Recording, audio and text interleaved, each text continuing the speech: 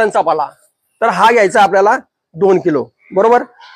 हे सर्वांना आपल्या परिसरामध्ये आपल्या शेताच्या बांधावर रस्त्याने जाताना आपल्याला कुठेतरी हे दिसतच, बरोबर। किंवा बरेचशा वेळा हे आपल्याला आपल्या घरा शेजारी सुद्धा बऱ्याच वेळा पावसामुळे ऑटोमॅटिक उगलेले दिसतात।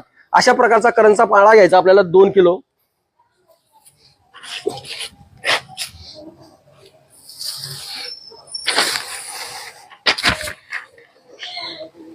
हा कडुनिंबाचा पाला आहे, हा फक्त तुम्हाला 5 किलो घ्यायचा आहे, बाकी सर्व 2-2 किलो घ्यायचे आहेत, बरोबर। हा निंबाचा पाला घ्यायचा आहे 5 किलो।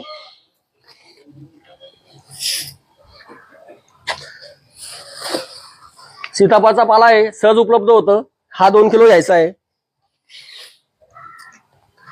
एरंड हे पण विषारी वनस्पतीमध्ये मोडतं, याचा पाला घ्यायचा आपल्याला 2 किलो।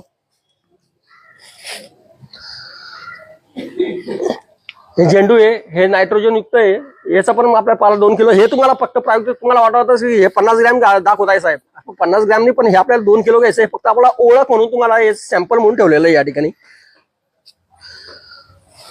पपई सुद्धा एक जाळ कीटकनाशक म्हणून आपण त्याचा उपयोग होतो।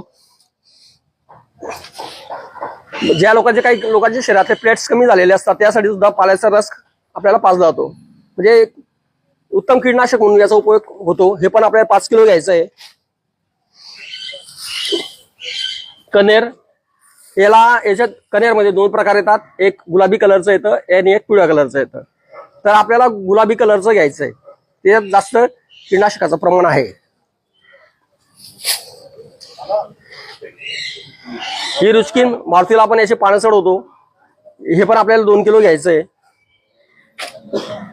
गुळवेल, याचा वापर आपण पोळीमध्ये भरपूर प्रमाणात याचा अर्क आपण रस काढून याचं किंवा पाणी करून याचं पेलं आहे, याच्यात सुद्धा नायट्रोजनची गुणवैशिष्ट्य आहेत, हे पण आपल्याला 2 किलो वजन करून घ्यायचंय। आणि त्याच्यानंतर देशी गाईचं शेण, तर हे देशी गाईचं वापरायचं आहे, ज्या गाईला खांदा आहे ती आपली देशी गाय आहे, जिला खांदा नाही, हॉल्स्टीन फ्रिजियन झालं, जर्सी झालं, गीर नावाची जी गाय आहे आपली, तिचं आपल्याला 2 किलो आपल्याला शेण घ्यायचंय। आणि हे आपण किती पाणी घेतलं ऐकू कोणाच्या लक्षात? पाणी किती घेतलं होतं पण? 100 लिटर पाणी, बरोबर, आता लक्षात आहे तुमच्या।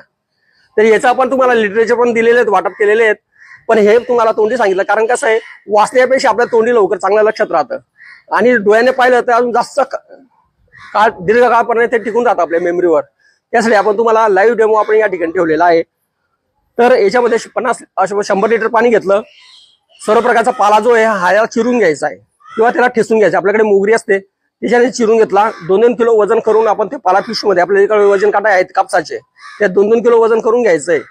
तर त्याच्यानंतर त्याला चिरून घ्यायचा आहे, तो पाला जो आहे तो चिरून घ्यायचा, कारण त्याच्यानं चिरल्यानंतर त्यातला अर्क आहे ना हा लवकर त्याच्यात पाण्यामध्ये मिक्स होईल।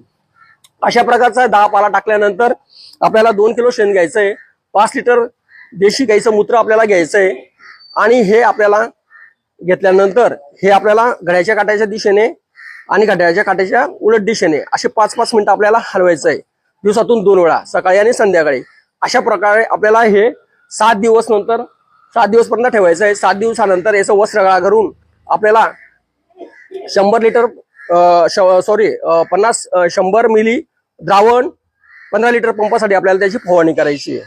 तर आता हे 7 दिवसात तुम्ही तयार केलं की याला तयार केल्यानंतर आपल्याला याच्यावर गोनपाट झाकायचं आहे, ओलं गोनपाट वगैरे असेल, कारण याच्यात काही कीड वगैरे आपलं झाडाखाली ठेवलं असतं, पत्राच्या शेडखाली असतं, त्यात काही उन्हाळे किडे वगैरे असतात, ते वासामुळे आकर्षित होतात, ते आतमध्ये जातात आणि आपल्याला जे द्रावण असतं तिचं क्वालिटीच बिघडून जाते, मग करायला जातो काही होऊन जातं काही, असं वेगळंच काहीतरी होतं किंवा बऱ्याच वेळा त्याची ना दुर्गंधी असं पसरते आसपासच्या परिसरामध्ये।